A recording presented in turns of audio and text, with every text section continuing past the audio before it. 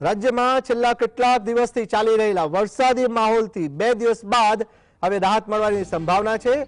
જેને લઈને વાત કરવામાં આવે તો સમગ્ર રાજ્યમાં સામાન્ય વરસાદની આગાહી હવામાન વિભાગે વ્યક્ત કરી છે। આજે કેટલાક જિલ્લાઓમાં વરસાદની સંભાવના, ખાસ કરીને સૌરાષ્ટ્ર અને કચ્છના ભાગોમાં થંડરસ્ટ્રોમની આગાહી પણ વ્યક્ત કરવામાં આવી છે।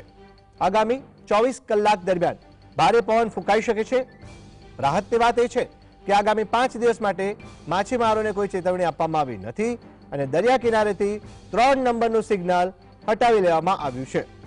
કેન્દ્ર સરકારના હવામાન વિભાગના વિશ્લેષણ મુજબ આ વર્ષે ઓક્ટોબર મહિનામાં રાજ્યમાં છેલ્લા 4 વર્ષનો રેકોર્ડ તૂટ્યો છે।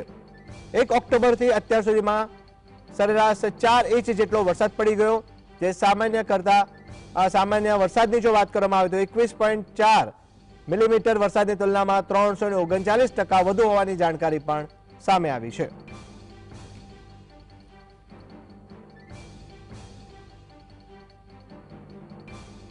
प्लेसेस में मेनली सौराष्ट्र और कच्छ की जो दक्षिणी भाग है और गुजरात की जो दक्षिणी जिला है और जो नॉर्दर्न गुजरात की जो जिला है इसमें बारिश होने का संभावना रहेगा। उसके आगे ड्राई का पूर्वानुमान दिया गया है 5 से लेकर 9 नवंबर तक।